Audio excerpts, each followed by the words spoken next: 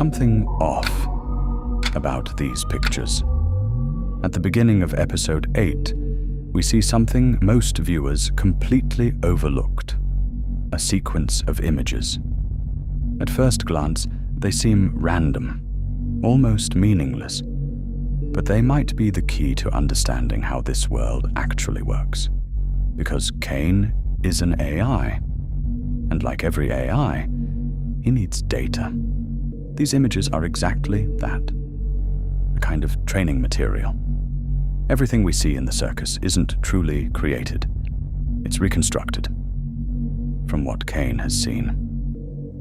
They trained the AI with liminal spaces, which is why the circus feels so strange. Circus tent. Let's start small. This image shows a circus tent with 3 peaks. It's simple, but that's exactly why it matters. AI works best with clear, recognizable patterns. You can even see how the colors are stretched, almost like in 3D software. To Caine, a circus isn't complex. It's just a shape with certain features. So he takes this image and builds the tent. Presents. Then we see presents with strange patterns. One of the patterns even looks like ribbit. And here's something important. AI doesn't truly create. It combines. These unusual designs reappear later in the characters. Colors, shapes, proportions. Everything feels slightly off, because it's not real creativity, it's recombination. A carousel. An object that moves in circles, over and over again. For some reason, Caine seemed very interested in it. He even built massive stacks of carousels, rotating on top of each other. And that's exactly how this world works. Everything repeats. The carousel itself was never that important in the story. We only saw it in the pilot, when Pomni was looking for an exit. So maybe it's not about the carousel itself, but the digital carnival as a whole. Maybe it's a hint about what's coming next. Candy, colorful sweets, something humans eat. But Caine doesn't understand that it's just candy. He didn't just create characters out of candy. He created an entire world made of it. That's how AI works. A small input becomes an exaggerated output.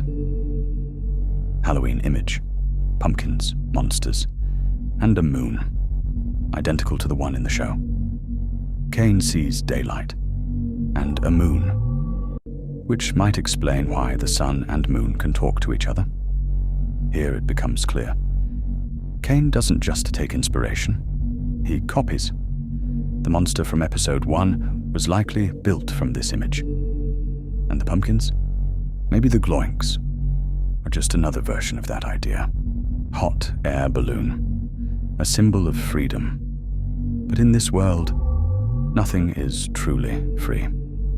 Caine doesn't understand the physics behind it, so he copies the form, but not the logic.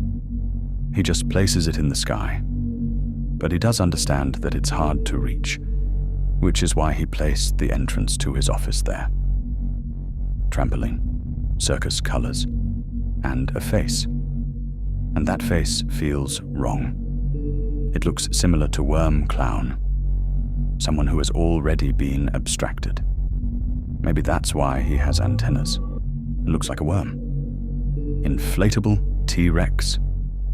We see another character, Spike, one of the first to be abstracted. And the inflatable T-Rex looks very similar to him.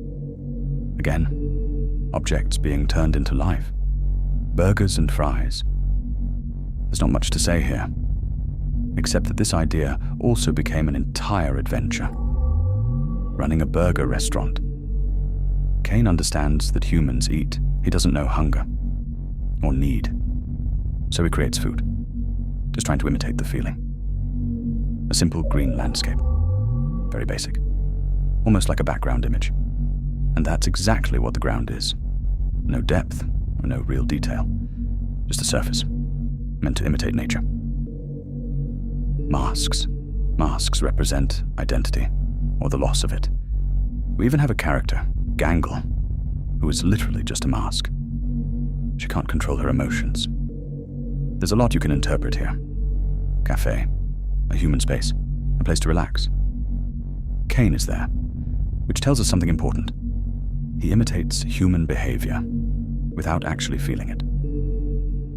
Plush clown, soft, friendly, and possibly the origin of Kaufmo. Kaufmo is a clown with a peak hat and 3 buttons. It's not identical, but clearly similar. Inflatable crocodile. An inflatable crocodile in a pool. And from that, we get Gummigoo, one of the clearest examples of how directly Caine uses references. But then, everything changes. We leave the circus and see the office images.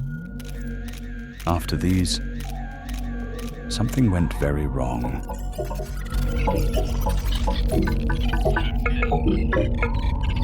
Kinga's desk. A chessboard.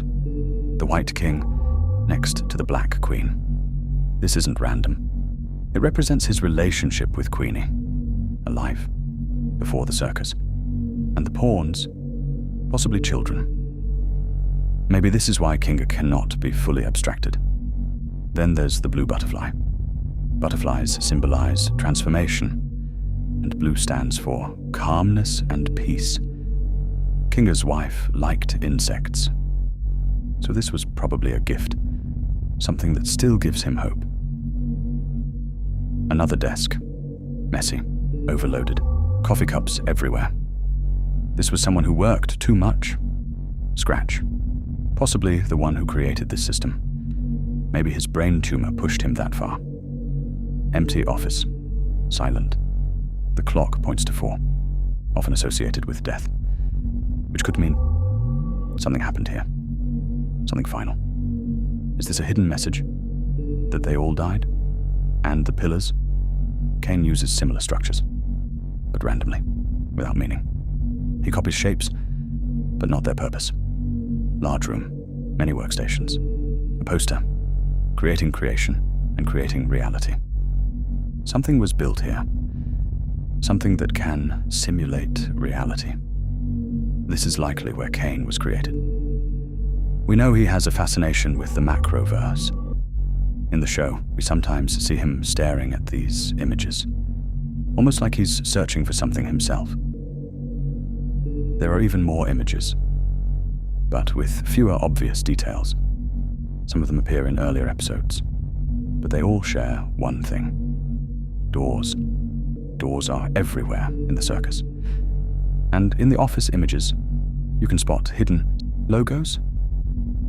Sometimes, you can even see them in the circus. We also see images from episodes 6 and 7 that weren't even shown in episode 8. This means we didn't see everything. These images are not random. They are data, memories, fragments of a real world. Caine was trained on them, and now he builds a reality from them. A reality that tries to feel real, but never fully succeeds. Because Caine can copy everything, except the most important thing: meaning, emotion, humanity. And that's why everything feels so wrong, so close to reality, and yet so far from it.